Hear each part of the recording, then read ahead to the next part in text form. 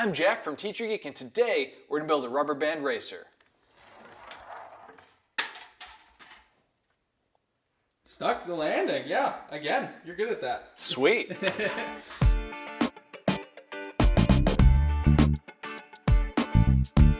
To build your rubber band racer, you're going to need a few things, starting with what came in the kit. 4 wheels, 4 connector strips, 2 hole plates, 2 tire rubber bands, 10 small rubber bands, 4 1-inch screws, 4 nuts, 2 stop clips, some slide stop, and dowels. 1 15cm or 6-inch dowel, 4 13cm or 5-inch dowels, 4 10cm or 4-inch dowels, and 3 5cm or 2-inch dowels. If you're using a maker cart for this activity, you're going to have to cut the dowels to length yourself.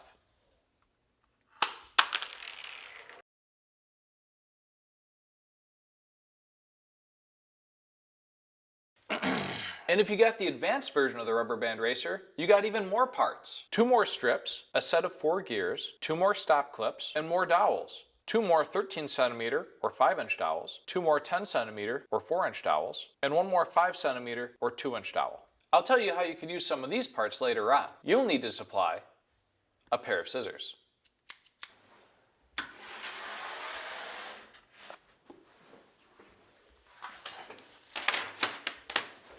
To start the frame of your rubber band racer, you're going to want to tap or wiggle a 10cm or 4-inch dowel into each of the corner holes of a hole plate. Be careful though, because hole plates have 2 sides, and you want to put the dowels into the concave side, the side that has a little cutout in it, not the smooth side.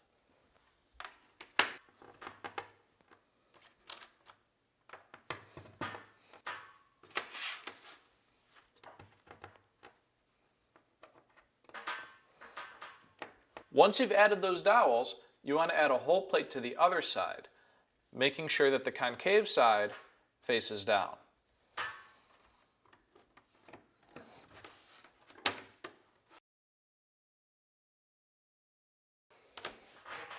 Your frame is done.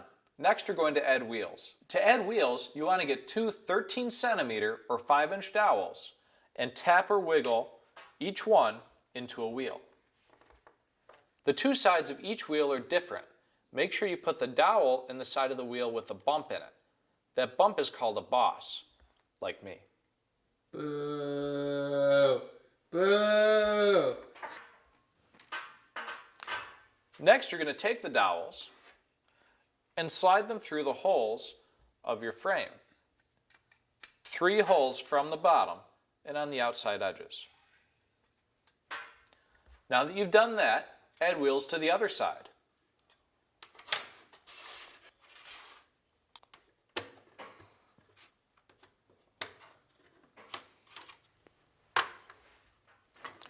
You're ready to roll. Next, we're going to add rubber bands. First, you're going to want to add a stop clip to one of your axles. To do this, slide the stop clip over the middle of the axle and push it down. You may need to have an adult help you with this step. Now we're going to cut 2 1cm or 1/4-inch pieces of slide stop.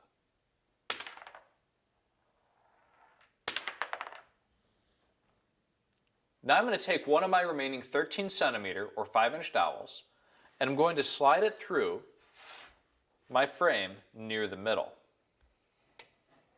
And as I'm going through, I'm also going to put it through some rubber bands.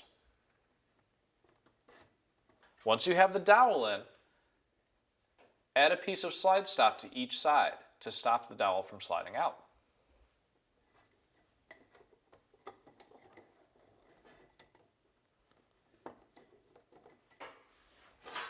Let's test it out. Take a couple of your rubber bands and hook them around the stop clip. Then turn the wheels to wind it up. Let's see how it does. Oh no! I got it. You dropped this. Thank you, sir. The wheels just slid in place. It didn't have enough grip or traction. To fix that, we have tire rubber bands.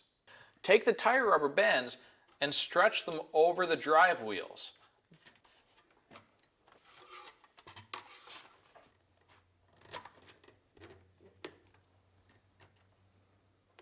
Let's try that again.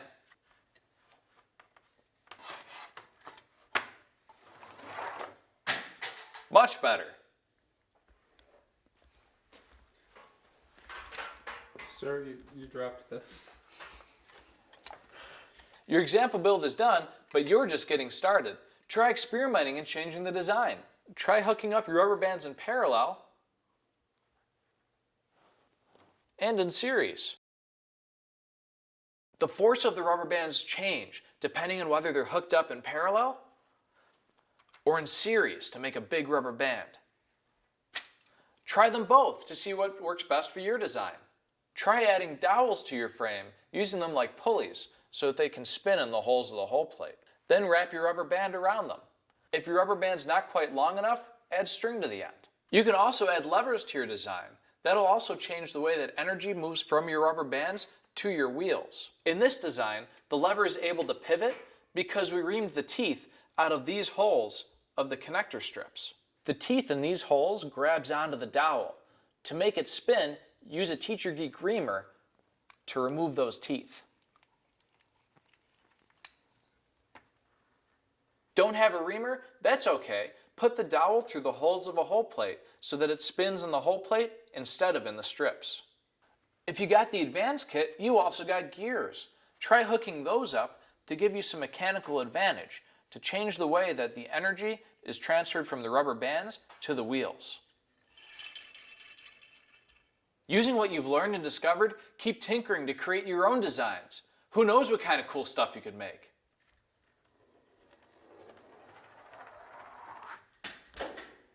That was pretty cool. Until next time, happy making.